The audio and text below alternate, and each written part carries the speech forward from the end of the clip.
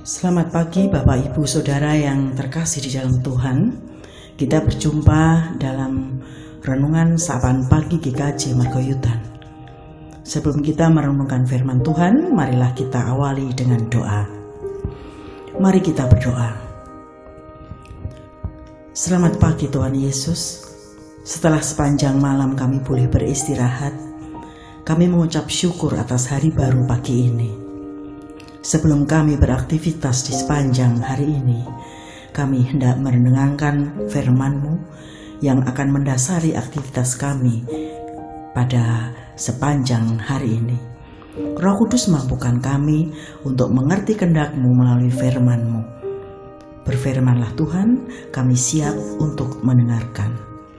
Di dalam Tuhan Yesus kami berdoa. Amin. Bapak Ibu yang terkasih, firman Tuhan pagi ini diambil dari Yohanes 21 ayat 20 yang demikian firman-Nya.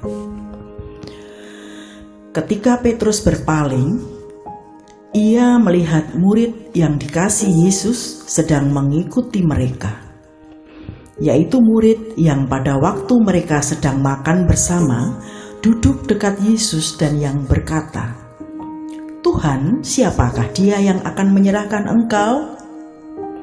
Demikianlah firman Tuhan. Bapak Ibu yang terkasih di dalam Tuhan, kalau kita membaca kitab Injil, maka hanya kitab Yohanes yang menulis kalimat murid yang dikasihi Yesus. Dan yang dimaksud dengan murid yang dikasihi Yesus adalah Yohanes, murid Yesus yang juga sebagai penulis dari kitab Yohanes. Sebenarnya Yesus mengasihi semua murid-muridnya dengan bobot, dengan kadar kasih yang sama. Tetapi ada satu hal yang berbeda dari Yohanes, yaitu bahwa Yohanes tahu kalau Yesus mengasihinya. Hal ini berbeda dengan Petrus, murid Yesus yang berkata, "Biarpun semuanya ini menyangkal Engkau, tapi saya tidak akan menyangkal Engkau. Biarpun semua tergoncang imannya, tapi saya tidak. Saya bahkan rela dipenjara mati demi Engkau, Tuhan Yesus." Ini perkataan Petrus. Jadi kesimpulannya, kalau Petrus berkata, "Saya murid Yesus yang mengasihi Yesus. Saya murid yang mengasihi Yesus." Sedangkan Yohanes berkata, "Saya murid yang dikasihi Yesus." Ini ada dua hal yang pemahamannya berbeda. Saudara, lalu apa yang terjadi ketika ujian datang kepada mereka? Pada waktu Yesus ditangkap, kita semua tahu bahwa Petrus menyangka Yesus sebanyak 3 kali. Sedangkan Yohanes tetap setia mengikut Yesus. Bahkan Yohanes adalah satu-satunya murid Yesus yang setia menunggu di kaki salib Yesus. Sementara murid-murid yang lain menghilang entah kemana. Saudara yang terkasih, seringkali sebagai umat Tuhan kita merasa sangat mengasihi Yesus.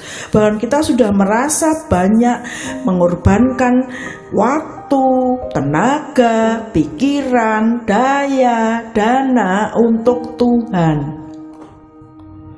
Sehingga kita menjadi kecewa ketika harus terhimpit berbagai peristiwa yang dirasa berat. Tuhan di mana? Mengapa diizinkan terjadi pada saya?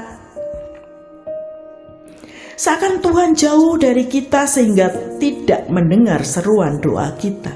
Kalau kita merasa bahwa cinta kita bertepuk sebelah tangan, akhirnya kita menjadi rapuh dan kecewa dengan Tuhan.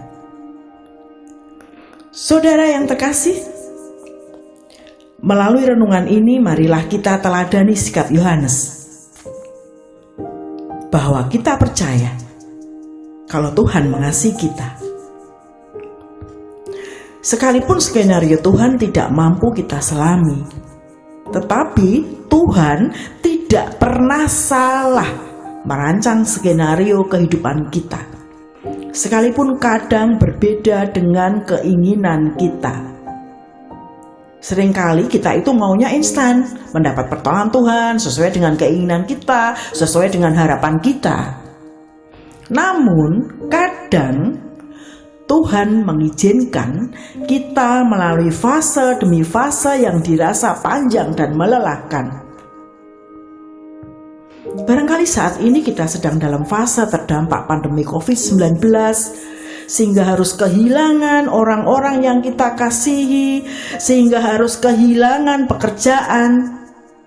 Atau kita sedang dalam fase kesulitan untuk mendapatkan pekerjaan sementara kebutuhan mendesak setiap hari. Atau mungkin kita dalam fase sedang terdampak banjir, sehingga harus kehilangan barang-barang berharga yang kita miliki. Atau mungkin kita sedang dalam fase dalam pergumulan masalah yang berat dalam kehidupan rumah tangga kita. Saudara, apapun fasenya, jika kita percaya kalau Tuhan mengasihi kita, tentunya kita percaya bahwa semua yang terjadi di dalam kehidupan kita tidak akan melebihi kekuatan kita. Karena tangan Tuhan yang kuat sanggup menopang dan menuntun kita dalam setiap fase yang berat dan panjang. Pertolongan Tuhan tidak pernah terlambat, dan kuasanya yang tak terbatas melampaui segala akal manusia sanggup menolong kita tepat pada waktunya. Keyakinan ini yang memotivasi kita untuk tetap tegar dan kuat dalam menghadapi segala macam fase kehidupan, sekalipun dirasa berat.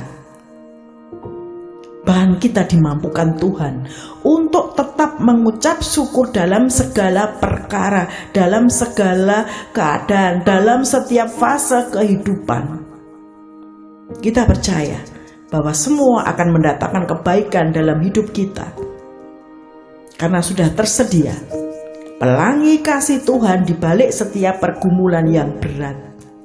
Sehingga disinilah iman kita semakin dikuatkan. Saudara, sebagai umat Tuhan yang percaya, kita bisa memahami bahwa skenario Tuhan yang mengizinkan kita mengalami fase-fase kehidupan yang berat karena Tuhan ingin membuktikan kasih-Nya kepada kita, yang semakin menguatkan iman kita, yang akan melengkapi kita untuk menyaksikan kasih kemurahan Tuhan yang tak terbatas, yang melampaui dari segala akal manusia kepada setiap umat Tuhan. Sehingga kita setiap umat Tuhan boleh tahu dan percaya bahwa Tuhan mengasihi kita di sepanjang waktu. Amin. Bapak Ibu Saudara yang terkasih, demikianlah firman Tuhan. Selamat beraktivitas, Tuhan Yesus memberkati kita.